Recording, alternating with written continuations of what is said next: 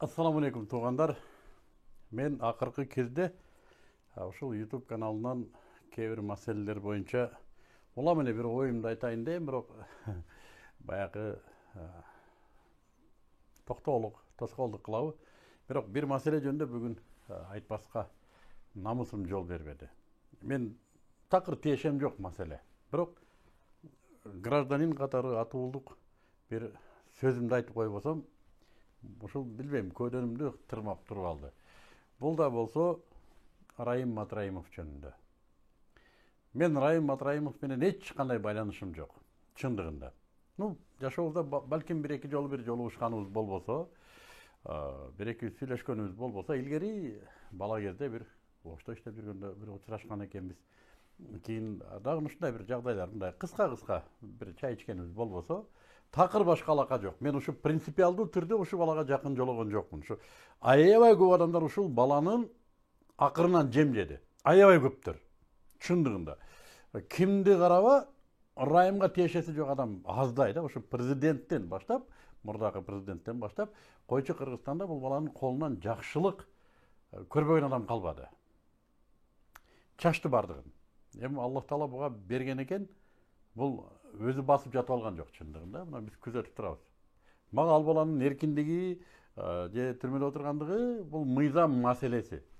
Бирок адамгерчилик маселесинде мен эч кандай алды бердим болбогон үчүн калыс сөзүм. Бул баладан пайда көрбөгөн эч ким калбаган жок. Бардыгы ушул баладан жардам көрдү. Кээ бир азыр олуттуу деген саясатчылар да, өтө чоң саясатчылар да ушу баладан көрдү. Менмин деген жанагы макилдегендер тигилер эми аттарымда ишарат кылгым келбейт. Бардыгы ушу баланын багуусунда турду. Ушулардын бардыгы ушу баладан жакшылык көрдү. Эмнеге жок деген бир көңүл сурап койбойт дейм. Ушу балдар мындай бир социалдык желеде чыгарып койсо эмне болот? Райым эке, сабыр кылыңыз. Биз сиздин жакшылыгыңызды билебиз деп койбойбу, жок дегенде билбедим.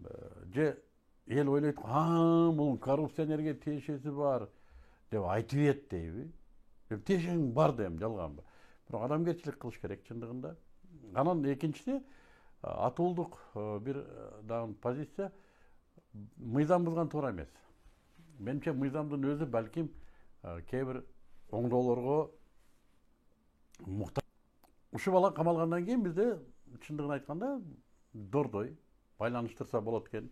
Ушу баланын камалганына Дордойдогу акыбалды, Кыргызстанга четтен кирген товарлардын кыйындашы, балким башка факторлор да бардыр, бирок түздөн-түз экономисттер айтып атат.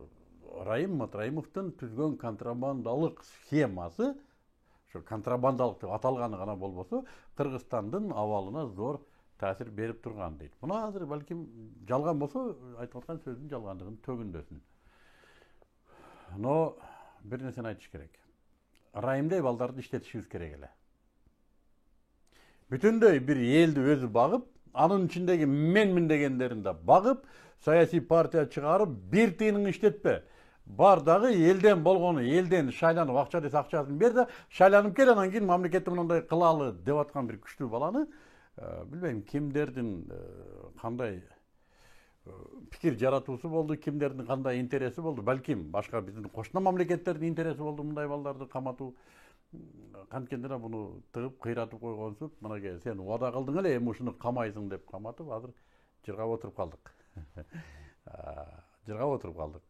Ар кимдин өзүнүн ырыскы сөзүндө, бирок мен ойлойм, жакшылыкты унутпаш керек. Мунагу COVID-19да Райымда эч ким жардам берген жок. Муну мамлекеттик структурада иштеген балдар өздөрү айтып атат. Областтардан, жерлерден кайрымдуулук иштерин көрсөтсөк, алардыкы бир тараза, Райымдыкы бир тараза. Ким бар да ушундай элин баккан? Балким кайсыдыр бир схемаларда, кайсыдыр бир жолдорду таап, акчаны Кыргызстанга алып кирип, элине таратып атат да.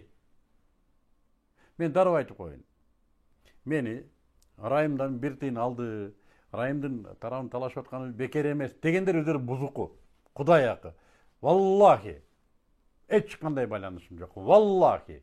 Бир тыйынын ала элекмин ушу кезге чейин.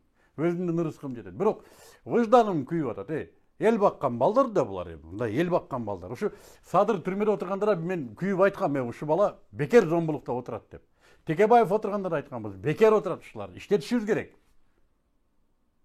Буларды шантаж материалына, шантаж каражатына айландырып, мына көрүп атабыз.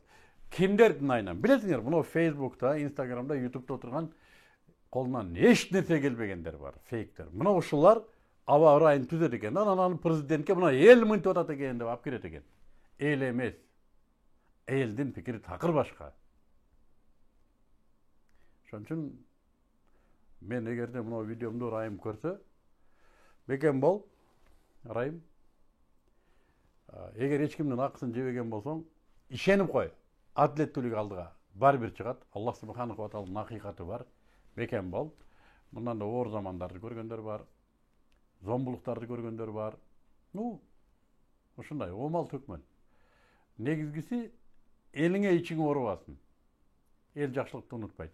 Эл унутса да Кудай унутпайт. Сен Кудай берген ырыскыны бөлүшкөн баласың. Сенин кандай тартибиң бар, кандай тарбияң бар, мен билбейм, чынын айтсам. Bir iki жол чай ичкенден башка байланышыбыз жок. Мен билбейм сен кандай адамсың.